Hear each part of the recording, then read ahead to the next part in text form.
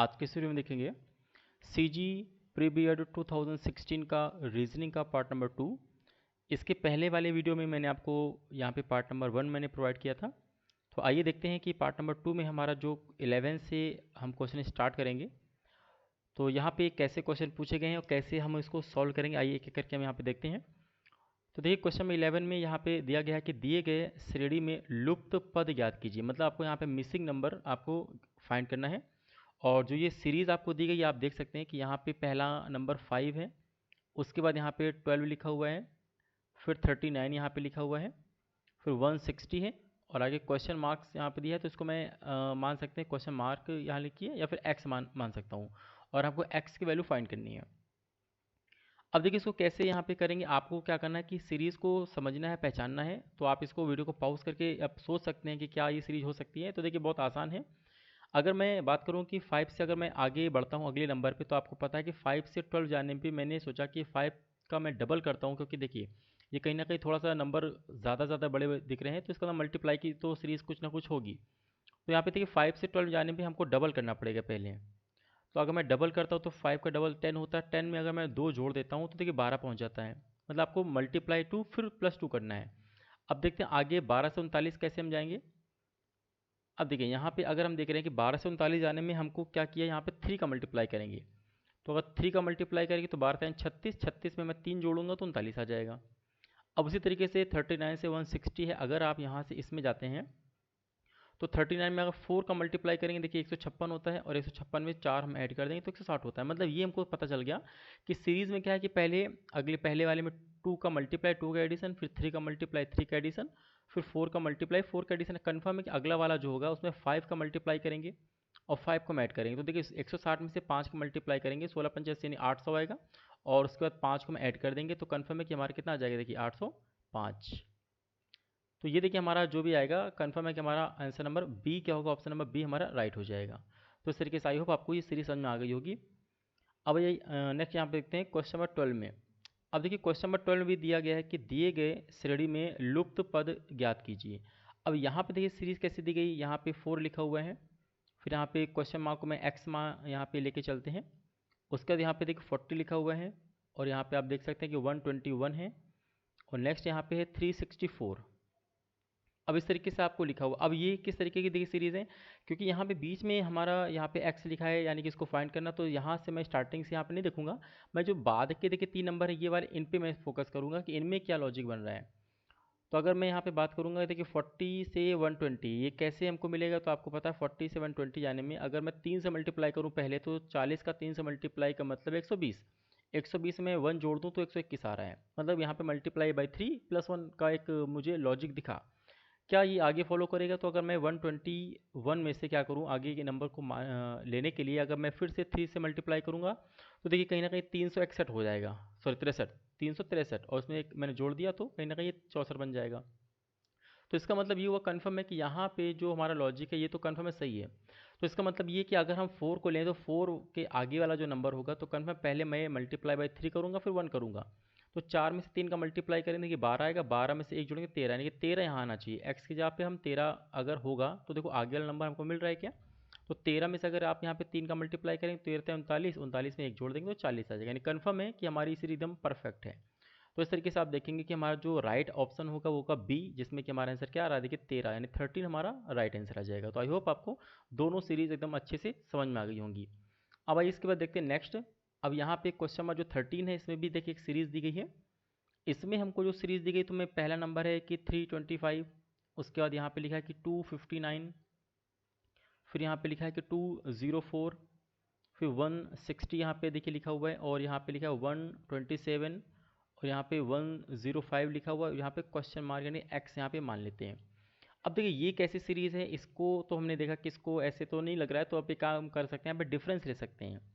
अगर 325 का और 259 का डिफरेंस आप अगर लेंगे तो देखिए यहाँ पे 66 का डिफरेंस आ रहा है, यानी कि 325 में 66 को माइनस करूँगा तो 259 हमको मिलेगा।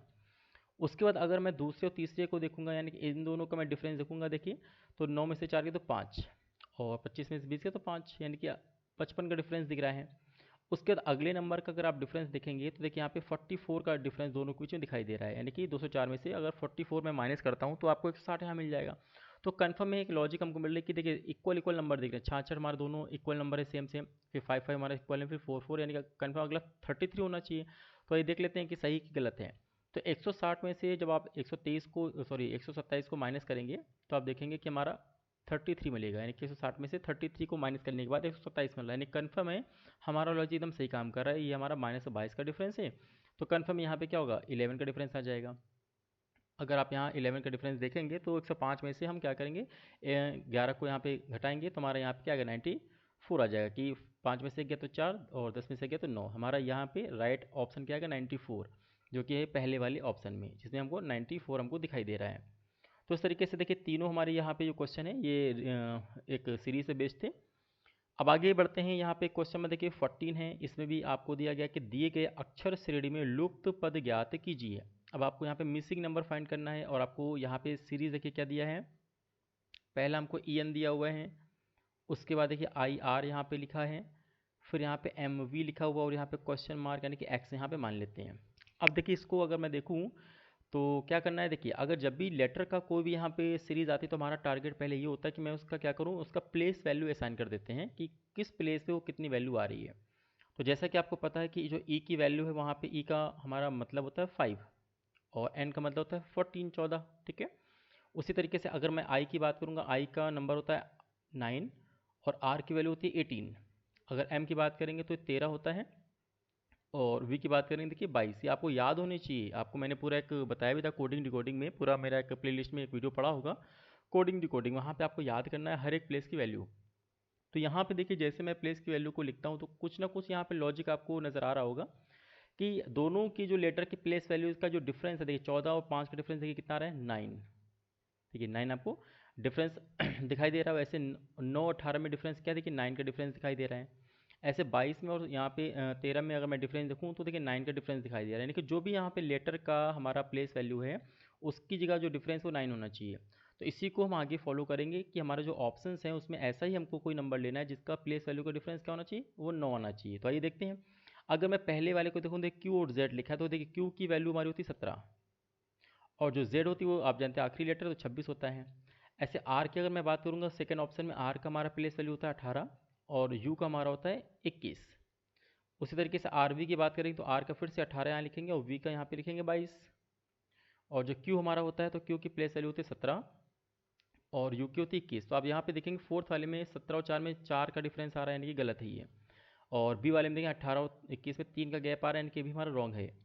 और ऑप्शन नंबर यहाँ पे थर्ड में देखेंगे 18 और 22 में 4 का गैप आ रहा है, यानी कि भी हमारा रॉन्ग हो जाएगा। और फर्स्ट वाला देखिए यहाँ पे 17 और 26 ये हमको दिया है, तो इसमें हमारा गैप कितना है, देखिए 9 आ रहा है। कन्फर्म है कि हमारा ये लॉजिक एकदम फिट बैठ रहा है। तो हमारा जो भी मिसिंग होगा एक्स की वैल्यू में यहाँ पे क्या रखेंगे, QZ यहाँ पे हमको पुट करना पड़ेगा। तो आई होप आपको ये जो पहला हमारा ऑप्शन था इसका A, जिसमें हमारा आंसर QZ आएगा, ये राइट हो जाएगा। तो उम्मीद करता हूँ कि आपको ये क्वेश्चन भी समझ में आ गया होगा। और ये नेक्स्ट देखते हैं क्वेश्चन नंबर 15। अब देखिए यहाँ पे कह रहा है कि भाई दिए गए अक्षर श्रेणी में लुप्त पद को ज्ञात करना है। अब देखिए लुप्त पद कैसे यहाँ पे ज्ञात करना, वही चीज़ आपको समझनी पड़ेगी। यहाँ पे देखिए 3 लेटर रिपीट हो रहे हैं, कौन कौन से, एक M, फिर एक N, एक O, इन्हीं को आपस में रिपीट करते हुए आपको एक सीरीज दी गई है। आपको करेक्ट वैल्यू को पहचानना है। तो देखिए मैं आपको समझाता हूँ कि देखिए पहले आपके सामने लिखा है कि MNO, देखिए यहाँ पे से 3 नंबरों को एक एक बार लिखा गया MNO, ओके। उसके बाद यहाँ पे M से शुरुआत की गई है, देखिए ये हमारा ग्रुप बन गया, M से शुरुआत की गई है, लेकिन एक ब्लैंक दिया, फिर N आ गया है, फिर O। तो कन्फर्म है कि यहाँ पे क्या होगा कि अब देखिए ऑप्शन में हमको ढूंढना है कि हम यहाँ पे क्या कर सकते हैं। तो देखिए मैं यहाँ पे क्या करूँगा, M को पुट करूँगा अगर। तो देखिए हुआ क्या कि पहले हमने तीनों लेटर को एक एक बार यूज़ किया, उसके बाद क्या हुआ कि पहले लेटर को देखिए मैंने 2 बार यूज़ किया, और 2 जो रिमेनिंग बचे उनको एक एक बार यूज़ किया। यानी कि देखिए मैं कहना ये चाह रहा हूँ कि आपने पहले तीनों नंबर को एक एक बार यूज़ किया, अब पहले लेटर को 2 बार यूज़ किया MM, बाकी को सिंगल लेने दिया। अब उसके बाद अगला क्या होगा, अब आपको MM तो पहले रिपीट कर चुके, अब NN को रिपीट करना है और O को सिंगल लेने देना, और लास्ट में क्या करना है आपको, MM को, फिर NN को, सॉरी ठीक है, MM को 2 बार, फिर NN को 2 बार, और O को 2 बार, इस तरीके से रिपीट करना है। तो देखिए यहाँ पे अगर मैं M को पुट करता हूँ तो MM NO हो गया, फिर अगली बार देखिए MM को ग्रुप बन गया, तो यहाँ पे N है तो यहाँ पे एक बार N हमको पुट करना पड़ेगा, और O यहाँ पे आ गया, है ना। अब उसके बाद क्या पुट करें, देखिए यहाँ पे हमारा M पुट करेंगे तो 2 बार हमारा M आ गया, 2 बार हमारा N आ गया, और यहाँ पे O को हमें लिखना पड़ेगा तो 2 बार हमारा ओ आ गया। तो देखिए ये हमारा लॉजिक बन रहा है कि पहले सिंगल सिंगल यहाँ रिपीट करना है, फिर एम को डबल रिपीट करके बाकी को सिंगल रिपीट करना, फिर एम को 2 बार, एन को 2 बार और ओ को 1 बार करना, फिर तीनों को 2 2 बार करना है। फिर से आगे जो भी लॉजिक बनेगा वो देखेंगे। तो यहाँ पे देखिए इसको मिलाते हुए हमने क्या क्या फिल किया। पहले वाले ब्लैंक में हमने एम को फिल किया, दूसरे वाले ब्लैंक मैंने एन को फिल किया, फिर तीसरे वाले देखिए ब्लैंक मैंने फिर से एम को फिल किया और लास्ट में मैं ओ को फिल किया। यानी कि हमारा जो यहाँ पे फिल करना पड़ेगा वो आपको दिख रहा है कि एम एन एम ओ बन रहा है, एम एन एम ओ। यानी कि हमारा जो ऑप्शन नंबर सी है ये हमारा क्या हो जाएगा, करेक्ट हो जाएगा, जिसका हमारा आंसर क्या है, एम एन और एम ओ। तो आई होप आपको ये लॉजिक समझ में आया होगा। इसको मैं जो मैंने बताया इसको अगर आपको फिर से देखना है तो एक बार फिर से थोड़ा सा बैक करिएगा, 10 सेकंड 20 सेकंड, वहाँ से फिर से इसको आप रिपीट करके देख सकते हैं कि मैंने इसको कैसे आपको बताया है। अब आइए नेक्स्ट हम देखते हैं क्वेश्चन नंबर 16। अब देखिए क्वेश्चन नंबर 16 में कह रहा है कि दिए गए अक्षर श्रेणी में लुप्त पद को ज्ञात करना है। और आपकी सीरीज देखिए क्या है, पहला कह रहा है कि बी जेड ए है, दूसरा हमारा कह रहा है कि डी वाई सी हमको दिया हुआ है, नेक्स्ट हमारा दिया है कि एफ एक्स और ई दिया हुआ है, फिर क्वेश्चन मार्क यहाँ पे एक्स हम यहाँ पे ले लेते हैं और यहाँ पे जे वी और आई यहाँ पे दिखा हुआ है। अब इसको कैसे करना है वो आप देख सकते हैं। तो यहाँ पे वैसे मैं अगर आपसे बात करूँ कि यहाँ पे देख कैसे लॉजिक है वो देखिए, आपको हर एक जो ग्रुप दिया है उसमें आखिरी वाले नंबर को लेना है, उससे एक बड़ा हमारा पहला वाला नंबर आपको लेना है। जैसे सॉरी यहाँ आप देखेंगे ए और बी आ गया, ठीक है। तो आपको देखो ए बी दिख रहा है, उसका तो बी का सी आता है। देखिए अगले वाले ग्रुप में सी हमारा पीछे से स्टार्ट हो रहा है, सी के बाद डी यहाँ पे स्टार्ट हो रहा है, ठीक है। डी के बाद अगला नंबर ई होता है, देखिए फिर तीसरे ग्रुप में हमारा ई से स्टार्ट हो रहा है, ई के बाद एफ आ रहा है। तो हम समझ गए कि हमको स्टार्टिंग करना है कि पहले वाले यानी हर ग्रुप के आखिरी वाले लेटर से स्टार्टिंग करना है और एक एक स्टेप बढ़ते जाना है। तो ए से शुरू किया, ए बी, फिर सी डी, फिर ई एफ। तो कन्फर्म ई एफ का जी एच, यानी कि हमारा नंबर जी होना चाहिए और पहला वाला एच होना चाहिए। तो हमारा जी एच आ गया और आपको आई और जे देखिए यहाँ हमारा ऑलरेडी मैच कर रहा है। तो हमको आखिरी के दो नंबर समझ में आ गए कि पहला एच होना चाहिए और यहाँ पे जी होना चाहिए। अब बीच में क्या है वो देखिए, बीच में आने के लिए देखो जेड का आपको पता है आखिरी डिजिट होती है 26, इसको उल्टा चलिए आप कि जेड से पहले क्या होता है, वाई होता है, ठीक है। और वाई से पहले हम जानते हैं कि एक्स होता है और एक्स से पहले आप बताइए क्या होता है, डब्लू होता है। तो यहाँ कन्फर्म है डब्लू लिखेंगे और डब्लू से देखिए पहले क्या होता है, तो वी होता है ना। तो यानी कन्फर्म है कि बीच में हमारा डब्लू आएगा। तो हमारा जो राइट आंसर आएगा वो कहीं ना कहीं एच डब्ल्यू जी यहाँ पे आएगा। तो जो एच डब्ल्यू जी है हमारा कौन सा ऑप्शन में आएगा, तो ऑप्शन नंबर बी, ये हमारा ऑप्शन करेक्ट हो जाएगा। तो आई होप आपको ये भी हमारा क्वेश्चन नंबर 16 समझ में आ गया होगा कैसे इसको हमें सॉल्व करना है। अब नेक्स्ट यहाँ पे देखते हैं अगला। देखिए क्वेश्चन यहाँ पे कह रहा है कि यहाँ पे कह रहा है कि निम्नांकित 4 तर्क संगत चित्रों में से कह रहा है कौन सा ऑटोमोबाइल, यानी ऑटोमोबाइल का मतलब आप अच्छे से जानते होंगे कि ऑटोमोबाइल उनको कहते हैं जहाँ पे ये मैकेनिकल काम होते हैं, जैसे गाड़ी बनना, चाहे वो मोटरसाइकिल हो चाहे वो कार हो, मैकेनिकल जहाँ पे काम होता है उन सभी को हम क्या कहते हैं, ऑटोमोबाइल कंपनीज, ऑटोमोबाइल इंडस्ट्रीज़। तो यहाँ पे कह रहा है ऑटोमोबाइल में क्या आ रहा था कि एक कार का नाम लिया है तथा मोटरसाइकिल के बीच में आपको पूछा कि क्या क्या संबंध सही है। अब आपको मैं पहले बता देता हूँ, देखिए वैसे तो दोनों हमारे मोटरसाइकिल और ये कार अलग अलग कह सकते हैं, अलग अलग चीज़ें हैं। तो मैं इसके लिए क्या करूँगा, मोटरसाइकिल के अलग यहाँ पे एक बनाऊँगा ज़ीरो और यहाँ पे कार के लिए मैं अलग बनाऊँगा, दोनों अलग चीज़ें। लेकिन ये दोनों के दोनों क्या होते हैं, मोबाइल सॉरी ऑटोमोबाइल इंडस्ट्री का एक पार्ट है, ठीक है।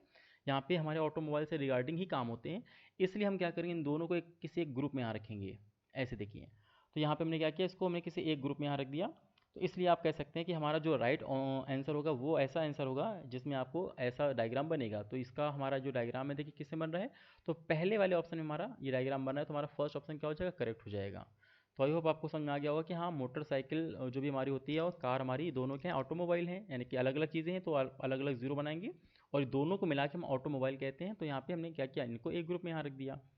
तो इस तरीके से हमारा क्वेश्चन नंबर 17 हो चुका। अब आते हैं क्वेश्चन नंबर 18 के पास। अब देखिए 18 में कह रहा है कि दिए गए चित्र के अनुसार निम्नलिखित कथनों में से कौन सा नहीं है।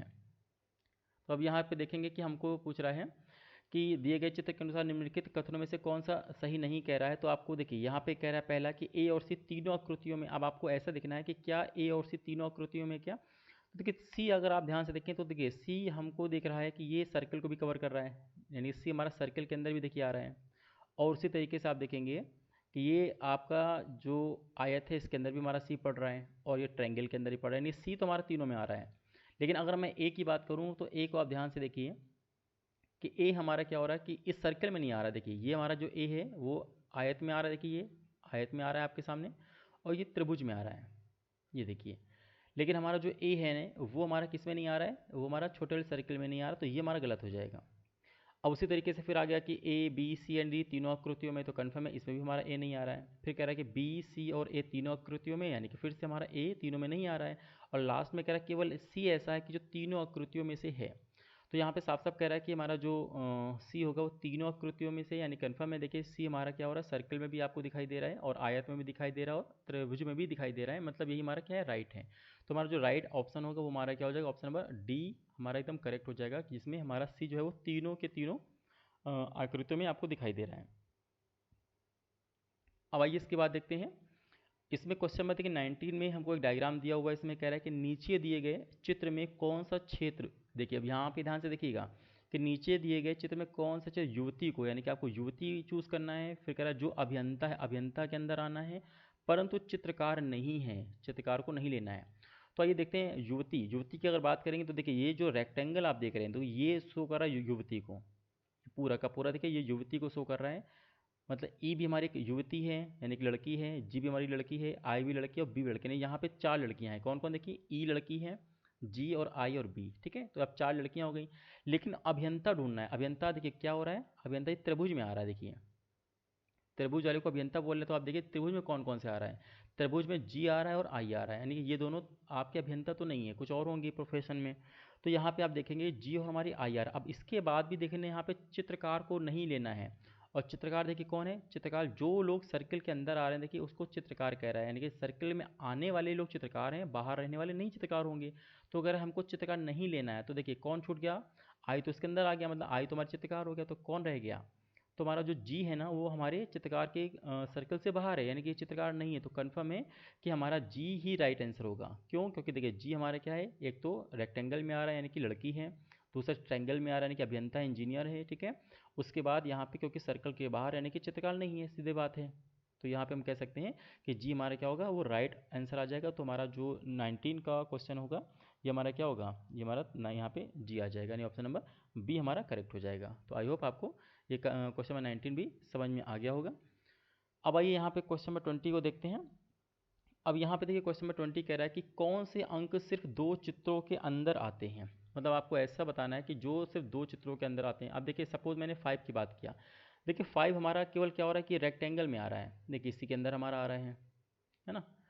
तो 5 तो हम नहीं यहाँ पे नहीं लेंगे, क्योंकि हमारा 5 क्या हो रहा है, केवल रेक्टेंगल में आ रहा है, तो यानी ये हम नहीं ले सकते। उसके बाद देखिए 8 है, जो आपके एकदम किनारे किनारे 8 हमारे केवल त्रिभुज में आ रहा है, इसको नहीं ले सकते। 6 भी हम नहीं लेंगे क्योंकि हमारा नीचे की तरफ आ रहा है। उसके बाद देखेंगे हम यहाँ पे जो एक है, एक हमारा क्या हो रहा है, देखिए एक हमारे केवल सर्किल में आ रहा है, इसको हम नहीं लेंगे। अब उसके बाद यहाँ पे बात करेंगे कि अब ये 7 है, देखिए 7 हमारा दो चित्रों के बीच में बना हुआ है। अगर हम यहाँ पे मैं ये लेता हूँ आयत, देखिए लेता हूँ तो भी हमारा 7 इसके अंदर आ जाएगा। और अगर ये मैं लेता हूँ ट्रायंगल त्रिभुज, तो इसके अंदर भी हमारा क्या होगा, ये 7 आ जाएगा। यानी एक तो हमको मिल चुका कि 7 हमारा क्या होगा, ये हमारा दो चित्रों के बीच में आ रहा है, तो 7 तो हमारा कवर हो गया। अब बचा 3, देखिए 3 की अगर बात करेंगे तो देखिए 3 हमारा सर्किल में भी आ रहा है, देखिए 3 हमारा सर्किल के अंदर आ रहा है पहला। उसके बाद देखिए त्रिभुज में भी आपको दिखाई दे रहा है, त्रिभुज के अंदर भी हमको दिखाई दे रहा है, और त्रिभुज के बाद हमको आयत में भी आपको दिखाई दे रहा है। इसका मतलब ये हुआ कि ये हमारा 3 तो नहीं होगा, तो 3 को आप यहाँ पे कट कर देंगे।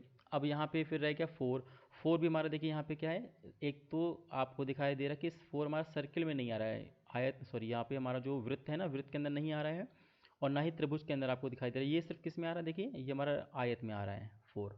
तो 4 भी हमारा क्या होगा, सिर्फ एक ही डायग्राम को कवर कर रहा है, ना ही वृत्त के अंदर आ रहा है और ना ही आपको ये कहीं ना कहीं त्रिभुज में दिखाई दे रहा है। इसका मतलब कन्फर्म है कि 4 भी हमारा नहीं होगा। तो यहाँ पे हम क्या करेंगे, 4 को भी हम कट कर देंगे। अब रह गया कौन, यहाँ पे हमको सिर्फ 2 दिखाई दे रहा है। अब देखिए 2 हमारा कैसा है, एक तो ये हम देख सकते हैं कि ये हमारा वृत्त के अंदर आ रहा है, एक तो हमारा ये वृत्त के अंदर आ रहा है, दूसरा आप देख सकते हैं कि 2 हमारा किसके अंदर आ रहा है, देखिए ये हमारा जो 2 है ये कहीं ना कहीं आयत के अंदर भी हमको दिखाई दे रहा है। तो इसका मतलब ये है कि ये हमारा जो 2 है ये ऐसा है नंबर जो कि दो चित्रों के अंदर आ रहा है, यानी कि हमारा यहाँ पे दूसरा आंसर क्या आ जाएगा, 2 आ जाएगा। तो इस तरीके से आप देखेंगे कि हमारा जो भी यहाँ पे राइट आंसर आएगा उसमें हमको एक तो 7वां अंक है 7 हो जाएगा, और दूसरा क्या आ जाएगा कि दूसरा हमारा 2 आ जाएगा। तो इसके हिसाब से अगर मैं चेक करूँ तो हमारा जो ऑप्शन नंबर बी आ रहा है, तो बी हमारा क्या होगा, ये हमारा राइट हो जाएगा। तो इसका हमारा जो आंसर नंबर बी है वो क्या है, राइट है। इसमें आंसर क्या आ रहा है कि 7 और 2। तो इस तरीके से हमारा ये जो सी जी प्री बी एड 2016 का यहाँ पे हमने पार्ट नंबर 2 रीजनिंग का सॉल्व किया है। तो 11 से लेकर के 20 क्वेश्चन तक मैंने आपको सॉल्व कराए हैं और बहुत आसानी से एक एक क्वेश्चन को एक्सप्लेन करते हुए मैंने आपको सिखाया। तो मैं पूरी उम्मीद करता हूँ आपको पूरे 10 के 10 क्वेश्चन अच्छे से समझ में आए होंगे और आपको यहाँ पे प्रैक्टिस इसी बहाने आपने किया और आपको आने वाले एग्ज़ाम में इसको एक लेवल भी पता चल गया होगा कि कैसे हमारे एग्ज़ाम पूछे गए हैं पिछले सालों में। और इसी तरीके से आप अपनी प्रिपरेशन को कंटिन्यू बनाए रखिए। तो मिलते हैं एक नेक्स्ट वीडियो में इसी एक और अच्छी वीडियो के साथ में। तब तक के लिए बहुत बहुत थैंक यू।